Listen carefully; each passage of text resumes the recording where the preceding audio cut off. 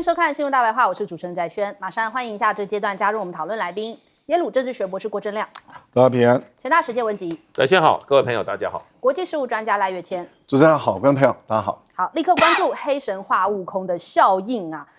今天的台股哦大涨啊，真的是一只猴子救台股哦。来看看今天相关的黑悟空，黑神话悟空啊，其实黑悟空现在已经被绿营给抹黑了这个词哦。黑神话悟空的概念股狂喷，微星甚至攻上了涨停哦。国内的显示三卡的这个三雄，显示卡三雄今天开盘直喷哦。到了9点半的时候哦，华硕甚至高涨了8.47%到563块，技嘉啊、微星啊也都是连日的上涨行情哦。那微星是直接拉上涨停，那显示卡的散热厂像是双红啊，还有这个尼德科、超重啊，他们也都是上涨，甚至动力 KY 也是亮灯涨停哦。那你看看现在这种关键字在什么 Momo 啊、PC Home， 你打黑神话悟空哦，直接都会告诉你说，主打跑得动黑神话悟空的这种主机哦，好多款全部都这样子，大家开始在抢购当中哦。那这样子对于赖清德来说，怎么会这样子嘞？你想要赚人民币吗？这是大逆不道哦！所以这些厂商现在好像也没有在管它了，因为毕竟这就是市场行情。难道你也要说这些台股通通都在赚红钱吗？赚人民币吗？当然，你这是势头，你挡不住嘛。大家都想要玩这一款这种3A 级的大作哦。那再来，现在很多人就在那边搜寻，如果不换主机有没有办法？如果我用苹果的话，不能用的话，还有没有什么办法？现在很多人跨区想要去这个华为云端哦，它现在有一个新的功能，就是它可以在云端那边帮你运算哦，然后你就用你原本的苹果电脑，或是用你的这个跑不动的主机，只要你连上了华为云哦，就可以，就是它是用这个日租价格，或者是说1小时来算，新用户的话是29.9人民币一天，那尝鲜价最低你也可以1.2元1小时哦，无论是 Mac 或是低配置的电脑，都可以在云端帮你运算好，你只要接收画面就可以了，所以解决很多人换电脑的问题哦。那再来，这个过去其实都是美国独揽这种角色 IP 啊，但是现在这一位天命人，也就是这个悟空的角色哦，已经变成了一个新的全球最夯的 IP， 因为他那时候他们大陆叫做手办呐，其实我们叫做公仔啦。那其实他这个手办礼盒上架人民币1999元哦，但是现在已经炒到了破万元的价格，甚至还有人喊出不议价，大家都愿意买单。所以这个角色 IP 的这个经济正要大爆发。那我们来看一下，现在黑神话悟空持续在刷新纪录哦，首周6天预估销量是1500万套。那销售额大概是8亿美元，直接追平了去年非常热的《博德之门3》全年的累积销量哦。那这个成绩也是在这个游戏首周里面仅次于这个 GTA 5跟《决胜时刻：现代战争2》。然后这个现在目前这个记录已经是还在刷新当中啊。那所以我们看到这个游民星空有提到了，就说黑神话悟空其实这个销量惊呆了外国的网友啊，他们讲说这个是有史以来销量最快的游戏之一。那我们列出这些销量，比方说像是漫威的这种蜘蛛人啊、战神啊，还有这个萨尔达传说这个3天卖1000万套，台湾的观众朋友可能比较知道这个萨尔达传说，它这个其实也是缔造了一个记录嘛，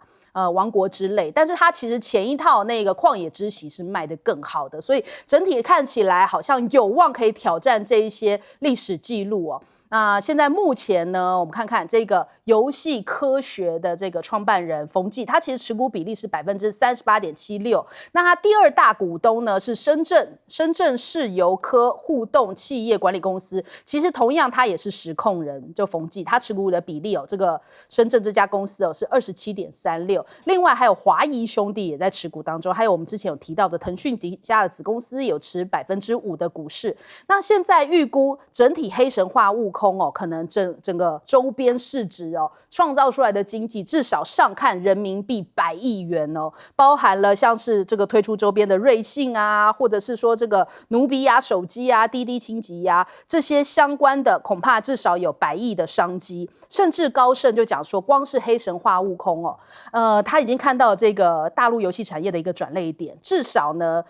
应该可以上看到2000万份，2000万份的话是直接可以突破这个萨尔达传说的记录哦。那所以如果卖到2000万份的话，是可以进账50亿人民币，非常可观。那再来看一下这个人怕出名猪怕肥，昨天有传出一个事件呢，就 Steam 出现了大量的僵尸网路，就是有60个僵尸网路对 Steam 产生攻击啊。因为我们前几天从上个星期开始，它每天不是在线人数都是220万以上，220万、235、241，然后甚至到300万嘛，就是因为你的成绩太好了。开始出现骇客攻击了嘛？这个 DDoS 的攻击让很多用户怎么都没有办法登进去，而且它是这种我们抓出来这个曲线波段，它是非常有规律的这样子来攻击，就是很多玩家没有办法登进去，让你没有办法再刷新线上人数哦。那据说有60个僵尸网络发动攻击。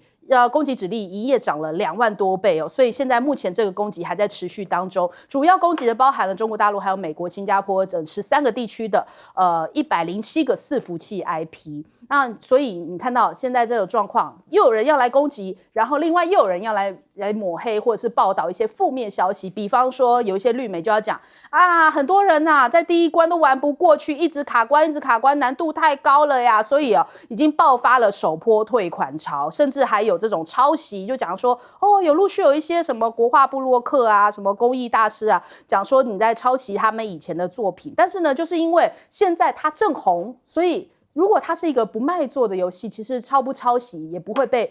媒体大做文章，就是因为现在人红是非多，然后同样黑神话悟空红了，我才能够跟你来要一些版权，或者是我想要来跟你要一点什么样的这个权益之类的，所以这种问题、这种新闻就也跟着浮上台面。那但是这个蝴蝶效应看起来相当可观，甚至影响到了我们台股。我们先来问一下亮哥，亮哥怎么看？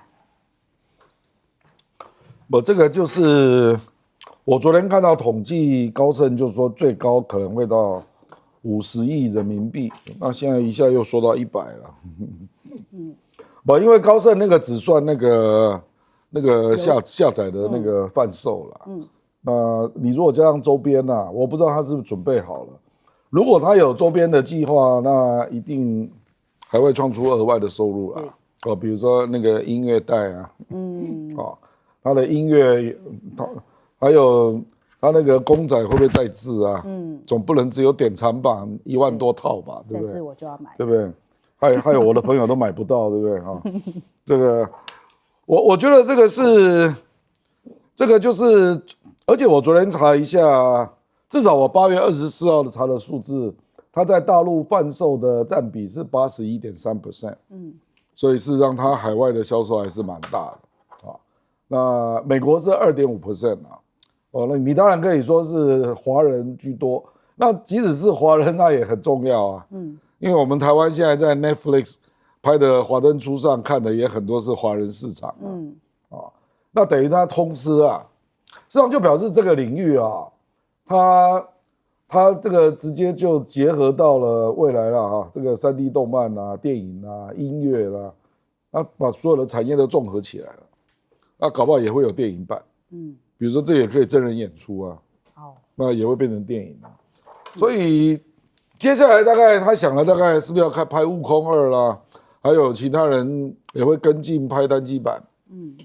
所以大概这个就是我们这个叫做这个3A 元年首发嘛那后面一定会有很多人跟进，因为你想一想，他这样成本才4亿人民币。那坦白讲，我从这里看，我就看出这个中国网络的相关人才的薪水其实相当低不然怎么可能只要4亿人民币呢？因为通常一个3A 的一支片子一般市场估计他花的钱大概是8000万到1亿5千万美元成本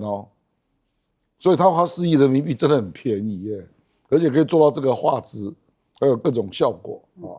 所以，首先应该回去帮中国大陆的游戏的人才加薪这个，我觉得未来一定会有很多产业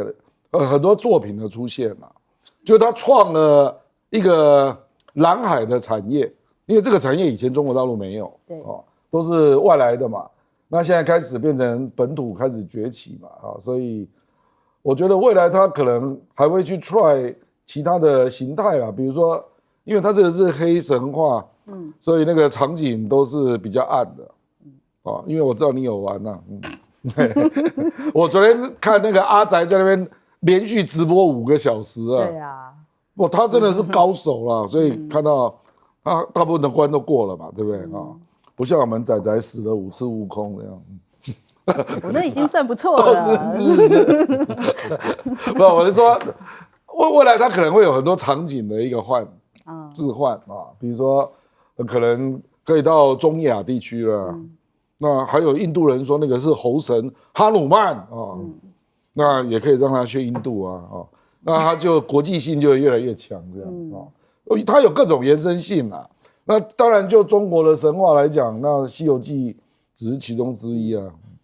我觉得《封神榜》应该也不错，他已经有计划要做后续的，就是有姜子牙跟钟馗，它是3部曲，对嘛？就是这种，还有悟空2啦，悟空3嘛。好，我们来问一下介老师。其实我看到他的这个软实力的兴起啊，中国大陆软实力兴起，软实力基本上就是说，现在的软实力已经你的在台的话，已经不能说是比如说就是杂志啊、小说啊。或者一般的这些荧幕，它需要的是什么？像这种高科技的在台了，也就是像这个游戏、电子游戏，现在这种高科技在台。那在台，我觉得就是说这一次这个悟空这个黑神话悟空成功会在大陆内部采取一个很大的一个效仿激励的，所以我觉得可以预见的话，那会卷出更多类似的产品，不见得是这家公司，别家公司也会纷纷投入。不过这里面我觉得就变成就是说，任何一个国家在它强大的过程中都是从硬实力再发展到软实力，很少从软实力走上硬实力的因为你现在有足够的这些硬实力，包括什么？包括拳头，还有包括什么？包括钱对，这些中国大陆现在都有了，那软实力就出来了。而且中国的文化事实上里面的素材我觉得它的这个所谓它的人性的共通面的比较多，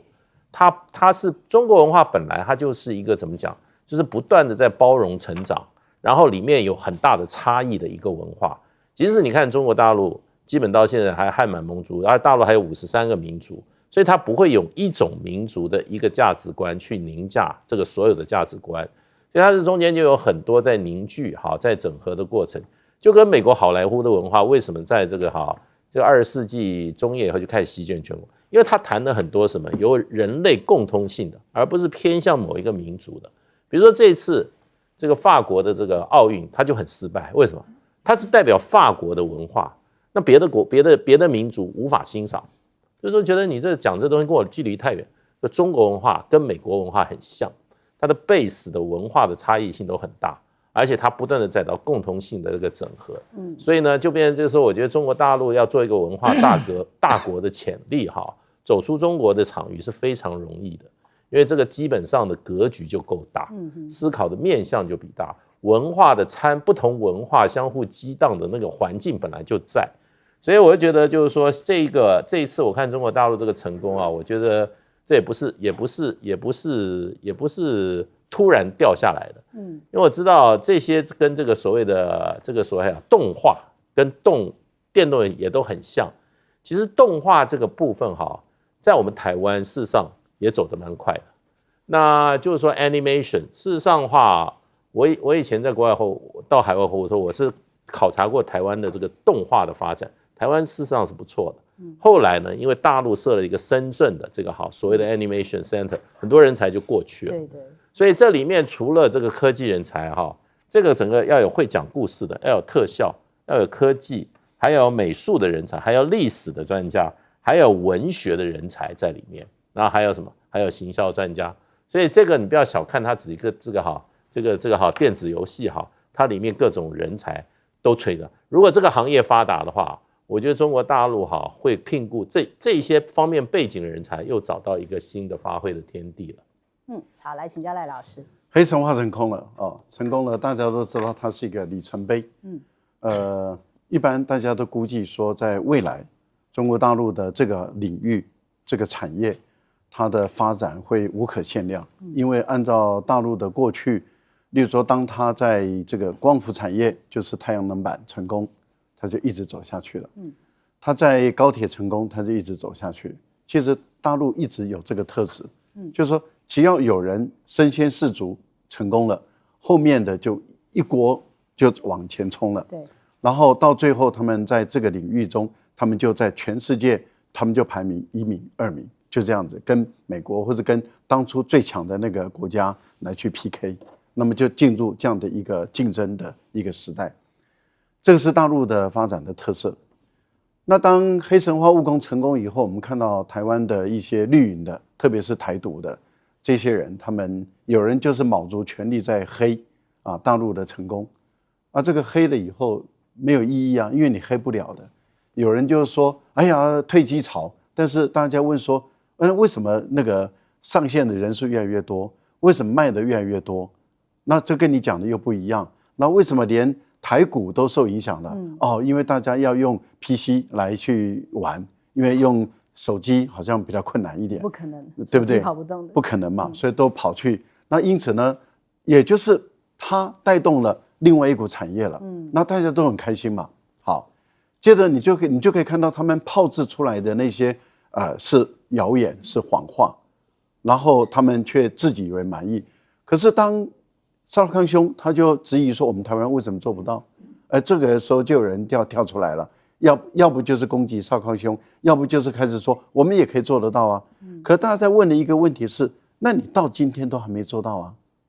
你要先做到了，做成功了，成为台湾的一个产业，就好像说我们从蒋经国时代开始推3C，开始推半导体，我们做到了。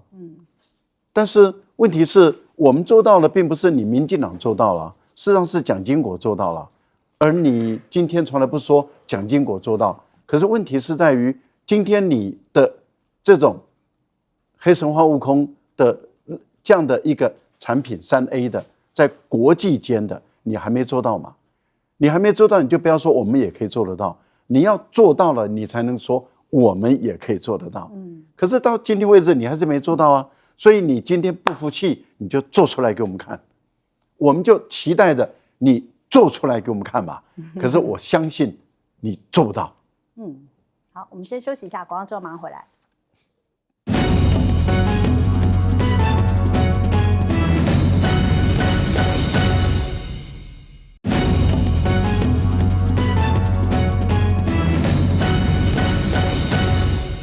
好，昨天的最大件事情就是中东开火了，而且现在这个两面夹击，以色列面对到了这个也门胡塞组织跟这个黎巴嫩真主党两面夹击。那这个事情的发生其实是以色列说有掌握到真主党要对他们发动攻击所以他们就先行这个先发制人，然后就有一波的这样的一个攻击那我们来看看这个真主党表示，现在已经出动了无人机，并且发射了320枚卡优沙式火箭弹来攻击以色列，并且已经击中了11个军事目标。那他们这个冲突其实从7月份就开始了。7月27号，以色列就占领了这个戈兰高地，然后呢就遭到火箭袭击，然后造成12名的孩童身亡然后他讲说，就是真主党动的手所以开始双方你来我往一路到现在，这个双方这样子的一个攻击，已经造成现在目前中东整体的紧张局势彻底升温那我们看看紧张情势升高，真主党表示25号已经完成了第一阶段的报复以色列他们的这个以色列时报还暗示26号还有可能再进一步的升级这样的军事行动。那再来我们看一下美国，当然在这个时候要立刻站出来，就讲说力挺以色列美国现在在目前就是在中东这边的海军资产我们的图像上面也有显示出来，它已经开始积极部署啦，甚至连它的双航母都已经开过去要保护以色列了，像是罗斯福号还有林肯号这2艘航母还有舰载机这个护航的军舰都已经在这个阿曼湾还有他们的这个周边都已经在部署了，甚至还有一支 F-22逆踪的战机中队。那奥斯汀甚至公开的说，已经向中东加派了攻击潜舰乔治亚号，也已经往这边过去了。那美国的参联会主席他现在访问中东的3个国家，要防爆他讲说上周6其实已经到中东访问约旦埃及还有以色列，和各国的军事高层会面，要避免呢触发更多更广泛的战争。那布朗他讲美军已经向中东调动了额外的军事能力，那目的就是要发出一个强硬的讯号，还有这个威慑广泛的冲突发生的一个可能性哦。那面对到这样的一个以色列的先发制人，真主党现在是狂轰火箭，白宫怎么看呢？他说支持以色列自卫，所以哪怕是以色列先发动的这个先发制人的攻击，可是他们说，没错，这个以色列他就是要保护自己，所以呢，他是支持以色列，站在以色列这一边的。那另外呢，我们来看看这样子的一个冲突升温，恐怕也会成为美选的一大变数哦。现在目前全代会之后，贺锦丽的民调持续还在上升当中。那川普的竞选团队发出一份备忘录，就说预测这个贺锦丽的民调在全代会之后攀升，蜜月期还会有拉长的情况。那看起来对于川普的选情真的非常不妙哦。那9月10号他们就要进行辩论了。目前共和党正在努力让川普做好准备哦，因为他们知道说贺锦丽可能会打一张牌，就是叫做检察官对上重罪犯这样的一个对比盘来激怒川普哦。所以川普的反应该是怎么样才能够显示出，我不被激怒，但是我也不吞你这样子的一句话。那就是这个拿捏上面就变成现在共和党很头痛的问题哦。也就是说，接下来几周至关重要，他们要掌握住这样的一个话语权，避免翻盘哦，就是让这个状况就是持续的落居下风。那所以我们看一下，现在密西根小镇哦，因为不满加萨政策。那所以这个是非常关键的密西根州嘛。那阿拉伯跟中东裔的这个民主党的选民讲说，他们其实对于拜登处理加萨战争的方式非常的不满，所以他们已经对于民主党没有信心啊，不喜欢了，就渐行渐远。那贺锦丽现在就是得要想办法去挽回这边的穆斯林票，赢得他们的支持。纽时甚至也讲说，这个贺锦丽的老家伯克莱，那他却讲说这个是奥克兰。那为什么呢？就是他想要淡化一些他左派的色彩哦，就是刻意把他自己的这个老家哦，讲成这个奥克兰，因为一讲到伯克莱，人家就想到说这个是左派的，所以他很怕吓跑中间选民，所以贺锦丽他也不是全然的站在赢面，他也需要淡化自己过去的一些问题，甚至是要想办法帮拜登的这些烂摊子来收尾。首先，我们来请教一下亮哥。贺锦丽就是烂摊子的一部分啊，怎么收尾？事实上，你看到美国现在在加沙做了动作，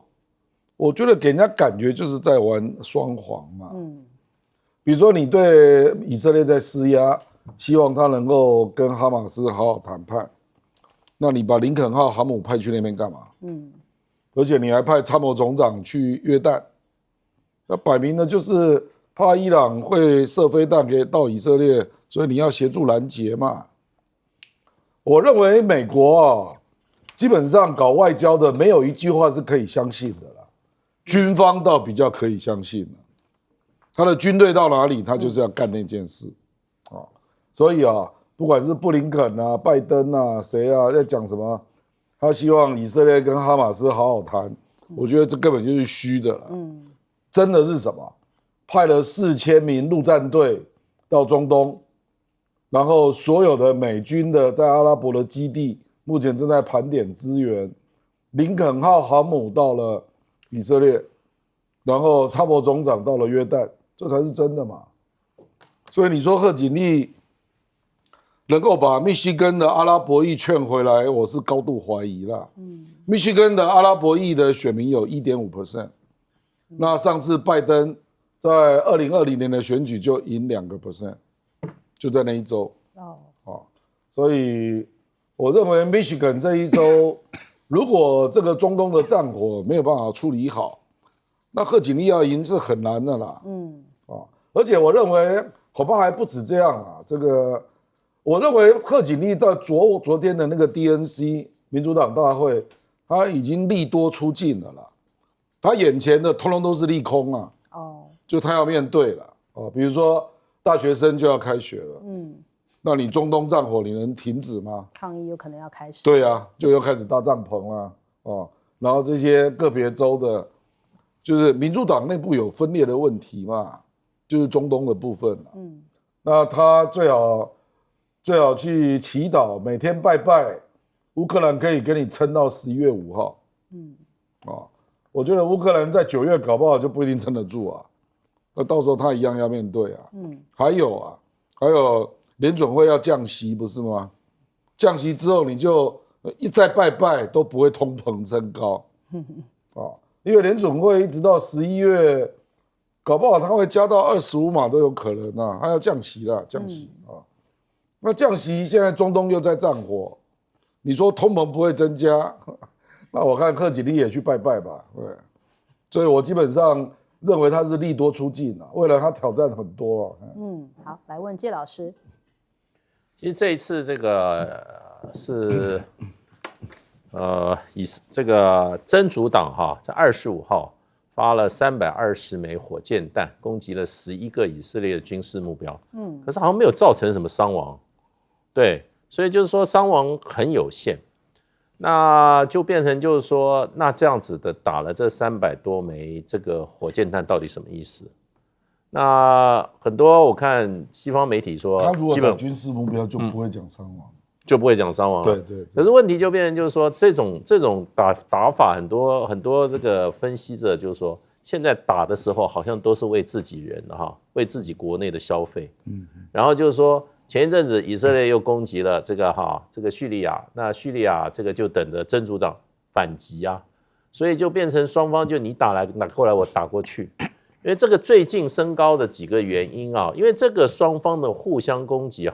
这个过去10年20年从来没有停止过，就你打我几下我打你几下，那最近为什么升高呢？事实上就是因为这个以色列在7月19号的时候，他炸死了一个真主党的一个地区的一个指挥官，那就是说很刻意的炸死了。那可是真主党立刻也回击7月27号，真主党攻击了这个在这个戈兰高地的以色列的一个足球场，12个小孩子当场毙命，所以这个事情就升高。可是现在很多大家在观察以色列跟这个黎巴嫩还有甚至他所有的这些除了这个巴勒斯坦以外的敌人以外好像基本上行为上都是怎么讲，都是等比例的这样子互相报复，那也都不是刻意要造成双方平民大规模死伤的这样子的一个报复。那所以就变成这个事情演变到现在那么本来以色列媒体还说他昨天打了320发，说今天要打6000发，可是这个后来这个消息也解除了，也就没有再继续这样攻击下来。所以现在看起来双方都很在乎，就是说你被攻击以后你有没有做一个回击以对国内的老百姓来做一个交代。对，如果你国内老百姓没有进一步的不满的话，可能这个行动就停在这里。而且现在美国在这个中东里面，其实他是把军队大量的军队压进去以后他是怎么讲呢？避免战事的升高，可是另外一方面，美国在积极在推动这个以哈战争的停火。那以哈战争停不停火，就变成以色列跟他周边敌人打还是不打的很重要的一个怎么样一个参考依据了。而这个谈判呢，事实上看起来有点扑朔迷离，那么好像基本上又快要达成了，又没有达成。可是呢，这中间最重要的在哪里呢？我认为关键就在内塔尼亚胡要不要买这个拜登政府的账。内塔尼亚胡如果愿意稍微收手一下，这个战争就比较容易停下来。那这里面的话，我觉得美国现在花最大的外交就是在内塔尼亚胡的政府里面，那么对他可能是威胁利诱。不过这个变数就是说，以哈战争停不停火这个变数我觉得也变成周边包括伊朗要怎么样跟以色列进行这种持续的相互打击报复的这个程度跟时机上的一个很重要的一个考量。所以我们也看都有打，可是也打不起来，也打不大。那说穿了，也就是说，其实即使是阿拉伯的兄弟，即使是回教的兄弟那么对于他们这个巴勒斯坦的这些兄弟在这个加沙走廊被屠杀也已经怎么样，也有一点麻木了，也不是愿意真正为他们出头了，所以还是考量自己的利益为优先了。好，来请教赖老师。以色列在7月30号把这个真主党的指挥官杀了杀了以后，真主党就说：“那我要反击你因为你杀了我的领导人，你炸了我的军事机构，我要反击。”以色列就说：“如果你敢反击的话，我就会对你实施先发制人，在你还没有出手之前，我再把你杀了那因此呢，在24号跟25号，24号要过25号，那也就是在12点半、12点多的时候，那以色列说我出动的100多架的战机，对于这个真主党的1000多个发射器啊，那么几十架的无人机，我进行了这个攻击，所以摧毁了。但是大家看到的情况是，真主党说我发射了320枚的火箭弹，还有20几架的无人机攻击你，然后我只攻击你军事目标啊，也就是特拉耶夫的前面北方的军事基地，还有一些海军的军事基地，我没有攻击你平民百姓。问题是在于，以色列如果是出动的100多架战机，打了1000多个军事目标，结果真主党还能够反击，然后再发射了300多枚的导弹。那现在以色列承认，有一名士兵是海上巡逻艇的士兵被打死，2名受伤。现在不晓得是被自己打死，是被铁穹这个防空导弹自己误射打死，还是被他们的无人机那么贯穿、突破、渗透，也就是说突穿成功打死，现在不晓得。不过我们看到这个目前真主党说我第1阶段的攻击完成，那我第2阶段的攻击还在准备中，那要看你以色列的反应的情况，还有就是以哈的停火谈判。另外他又说这是我们单独的行动，跟伊朗无关，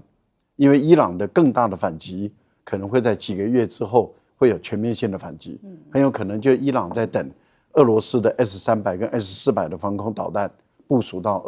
到伊朗去，然后他们也学会使用这个导弹，然后很有可能也会在4-5个月以后再反击，没有人知道。但是很清楚的是，中东地区的军事的升级把美国的军事的力量都拉过去了，海军空军的很大力量都被吸过去了。现在美国最担心的是，如果在南海爆发冲突呢？如果在台海，如果在日本海呢？所以我觉得苏利文就在这个时候选择赶快跑到中国来，因为他马上要卸任了，然后要卸任前赶快跑到中国大陆来。其实我觉得他就是要摸底嘛，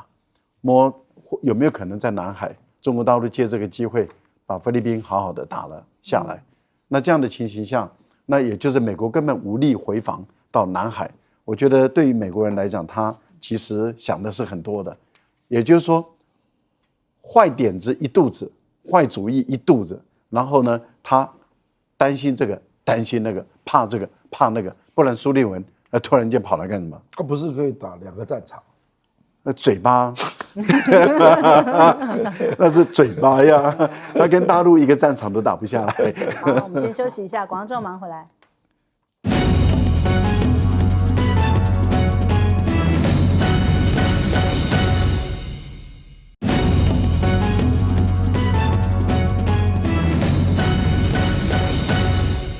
好，俄乌战争同样也在升温当中哦。我们来看看现在俄军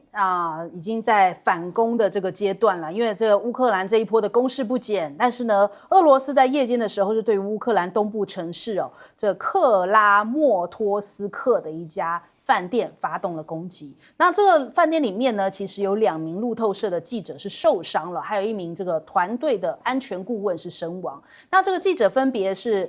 英国美国跟乌克兰的公民。所以现在目前看起来，这事情也导致这个美国的一个关注。我就想说，怎么会让我们的记者也在那一边遭遇到这种状况呢？那另外呢，这个现在目前俄罗斯他这个贝尔哥罗德州的州长讲说，乌克兰炮击也造成了我们5名的平民受伤啊。那他其实是在俄罗斯边境的当地那乌克兰连夜的夜袭造成了5人身亡以及12人受伤。俄罗斯的国防部长呢，他们讲说有鉴于相连的库斯克州遭到入侵，所以他们现在增派部队到贝尔哥罗德州在进行防卫。那乌军打进来的确有影响到普京的一些支持度那目前全俄罗斯民调中心他们就有提到说，在乌克兰这个8月6号发动攻击这2周之内，普京的支持率是73.6%，下降了3.3个百分点那可是你看看它，其实3.3就感觉起来也不算降太多，但是标题上面就讲说，哇，它创下了一个最大跌幅那感觉上面这样的一个消息曝光，是不是为了要要挫这个普京的锐气，或者是说这样的一个单位到底在俄罗斯有没有公信力，可能又是另外一回事哦。会不会是刻意要放出这样的一个消息？那再来我们看一下这个乌克兰，他们讲说白俄罗斯现在想要假借演习的名义在边境集结重兵哦。我们来看看画面哦，就是其实白俄罗斯在这边，他们就说在这边有演习啊，是不是想要集结重兵从北面来攻乌克兰哦？他们这边现在部署了1/3的武装部队，所以也让这个乌克兰这边感觉非常的危急哦。基辅首都这里现在目前严阵以待当中哦。那另外泽伦斯基也讲说，他们的这个独立日哦，他有提到。他说，普京是不断以核武恐吓所有人的病夫，将会对于俄罗斯产生就是进行更多的报复。现在这个泽伦斯基讲话已经好像不是以前的泽伦斯基了，讲话底气很足，因为他们现在有大反攻嘛。那他甚至讲说，我们有首次成功的用国产无人机导弹来击中了俄罗斯的设施。这个导弹叫做帕尼安尼西亚号啊。那它这个新武器比起之前的武器更加的快速。2个月前，其实乌克兰有宣布要大量生产航程可以达到1000公里的无人机。那他还讲说，现在支持印度来主办第2次的和平峰会。所以感觉上面现在这个大家都在抢这个国际上面的发话权。泽伦斯基也要制造，就是要营造一种让国际之间对他有信心，才可以给予更多的支援因为毕竟美选可能是他接下来遇到最大的变数，他必须得要让大家知道说，我们现在目前是有一所进展的。那再来，欧美现在也要出手干涉嘛，现在美国要在制裁，就是俄国跟这个中国大陆相关的一些企业，因为他们说有一些中国大陆的公司好像卖给俄罗斯一些相关的电子产品。那布林肯讲说，现在要避免说这个逃避制裁的人包含了中国大陆以及那些支持俄罗斯未来能源产品出口的人。中国大陆商务部立刻予以反击他说这个是美国典型的单边制裁，你就是想要破坏国际贸易秩序然后刻意这样子就是冠一个罪名，然后来进行一些设限。那匈牙利一直以来也是在这一场这个俄乌战争当中比较是站在俄罗斯那一边的现在那个乌克兰可能要拿捏他了，要给他卡脖子了。为什么这么说呢？因为他要这个匈牙利我们从管线来看，他要买俄罗斯的石油，必须要先经过乌克兰。那现在乌克兰这边不给他提供了，所以中断。那结果现在看起来，匈牙利就指控讲说这个好像幕后就是欧盟你同意了这件事情，欧盟你是不是在从中作梗啊？你是不是在帮着乌克兰来这个对付我们匈牙利呢？欧盟执委会的发言人说，没有迹象表明乌克兰的制裁会危及到欧洲的能源供应，所以也没有太正面的回应。但是整体来说的话，现在看起来这场俄乌战争不断在升级，甚至这个影响面向又更加的扩大。我们先来问一下亮哥怎么看？这个我觉得现在还在焦灼当中啦，所以我们很难判断。那有几个点当然值得注意啦，就是说那个乌克兰那个输甲，它能不能撑得住啦？那我觉得未来2个礼拜会看清楚了。那另外一个就是乌东那个红军村，你能不能撑得住如果红军村陷落，那我认为乌克兰是已经得不偿失了啦。且不讲北部如何啦。红军村真的太重要了，这个会造成顿涅茨克俄罗斯目前只占了53%，它可能会大举变成到75%而且从红军村往前望，前面就是德涅伯河那整块很大的平地那乌克兰就要聚集更多的军队来守因为这里本来就是一个很重要的符咒地带那各种物资也在这边生产所以我不知道泽伦斯基怎么算的啦，因为你要打北边，这里不能 loss 那不然这个 loss， 那我觉得就已经输了啦。且不要讲北边结果如何而且北边的结果，我认为，我不知道泽伦斯基为什么一直要去激普京说你就是个病夫整天只用核武器来吓我，你真的以为他不敢用核武器吗？因为他是把库尔斯克这个战争，把它定位为恐怖袭击我们知道那个普京还去那个贝斯兰那个学校，不是去祭拜，五体投地祭拜，那当场就说攻打贝斯兰的恐怖的攻击就好比这次的库尔斯克的攻击所以我是觉得这个你不要把他惹怒了啦，惹怒了搞不好真的就拿出一些重武器出来因为以目前这个状况，他基本上就认为就是北约主导的嘛，而且北约也协力了嘛，而且现在美国不断的在开始准用美国的武器直接使用在库尔斯克战场，对不对？所以你去想一想，普京会去怎么认知这个战争？我觉得他的定位就是北约允许乌克兰用恐怖袭击的方式进攻俄罗斯。我觉得他的定位可能就是这样。那这样的话，等于是北约违反了彼此之间的默契啦，允许乌克兰做这个事。那他接下来可能也要违反默契了。那违反默契就是我们就不知道这个战争会往哪个方向走了，就是这样比如说也有这些传闻说你德国的豹一坦克如果在这里使用的话，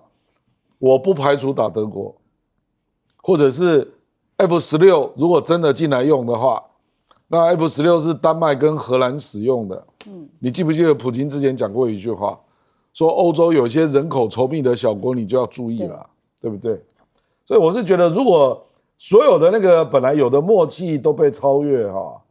那接下来就真的不知道攻击行动会发生到哪里了。那至于这个，我觉得泽伦斯基找印度真的很奇怪啦。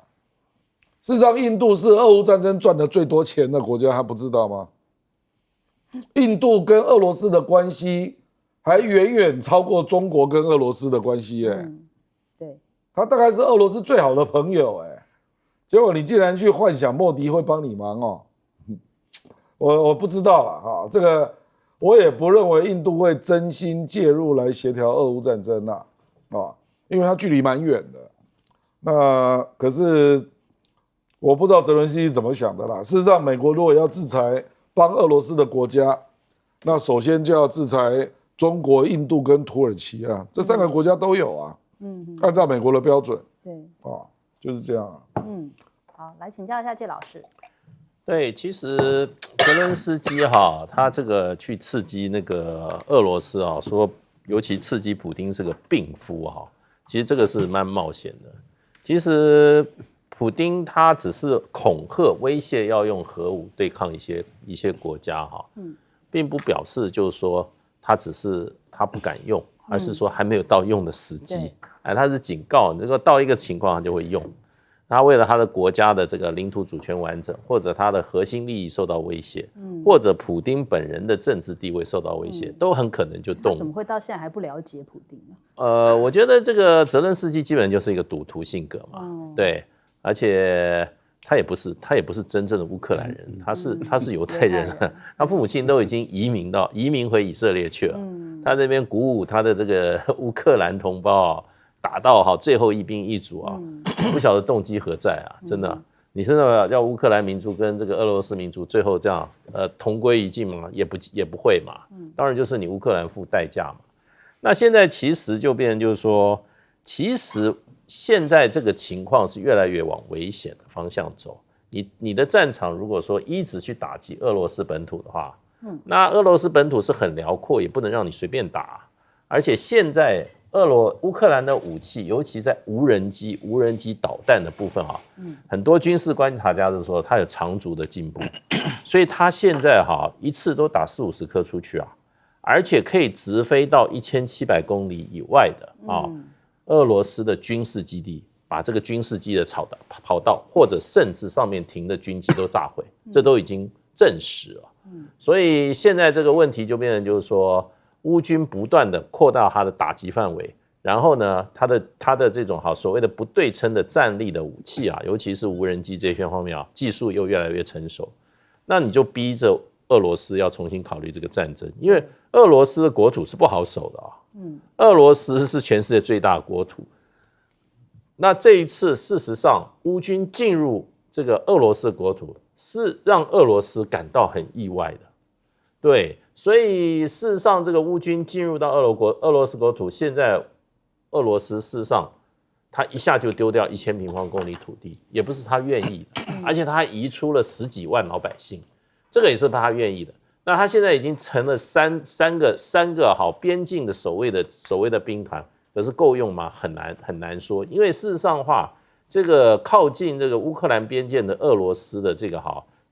整个边界地带啊，也都是地广人稀，你要投多少军力下去？所以如果说要进入俄罗斯这个国土去打的话，对俄罗斯也是一个很大的挑战。那他就要调整他的整个战略跟他的打击方式。对，那这个对乌克兰来讲啊，不是好事啊。好，来问一下赖老师，普丁的民调支持度跌了，跌了3.3%。绿营的媒体的标题是乌攻2，普丁支持率大跌，3.3叫大跌。另外一个也是绿营的媒体，它的标题是乌军打进来削弱了普丁，它的支持度呈现2年半以来最大的跌幅，3.3。那很多人是标题党，就是看了标题就不往内看了。但你在往内看的时候，你就会发现，那普丁的支持度还有73.6%，还是很高，很高的，比赖清德高很多，是高了20几个百分点哈。高了20几个百分点，比赖清德高那么多的时候，他的支持度，普丁的支持度是大跌。那赖清德要怎么定义？我想也请这个绿营的定义一下赖清德。他比那个他刚当选的时候多了一点，大涨这100日以来最大的涨幅啊！这个就是你看可以看到这个一个媒体它的颜色多么的有趣啊！我觉得不能小看白俄罗斯的动作。白俄罗斯动作最近一直在乌克兰的边界在征兵，而且一直在做演习，而且他一直在强调一件事，就是他的军队，他的国家如果被乌克兰侵略，他会立刻反击。那目前部队已经开始移动，集中到12万人了。那谁晓得是谁攻击谁啊？我们也知道，通常两国之间爆发冲突，有很多的时候，不一定是乌克兰但是可以做成为是乌克兰的攻击。所以白俄罗斯的这个动作其实有在牵制乌军的一个功能。那也就是说，必须让乌克兰他必须要考虑有没有可能开辟出另外一个战场。现在的战场都在乌东的北部，可是如果在乌西呢，在基辅，在乌西部分，如果一旦开辟另外一个战场，乌克兰的军队可用还是不可用？白俄罗斯如果也介入了，也就是说，白俄罗斯他宣布他的国家遭受到攻击，所以他被迫自卫反击。那他越过境来了，那么开始打进乌克兰的境内。那在这个情形下的话，北约要不要介入？而且白俄罗斯也宣布了，北约如果有攻打他的话，他会毫不迟疑的第一时间使用核打击，会不会是核讹诈，还是核威慑，还是真的他会采用先发制人？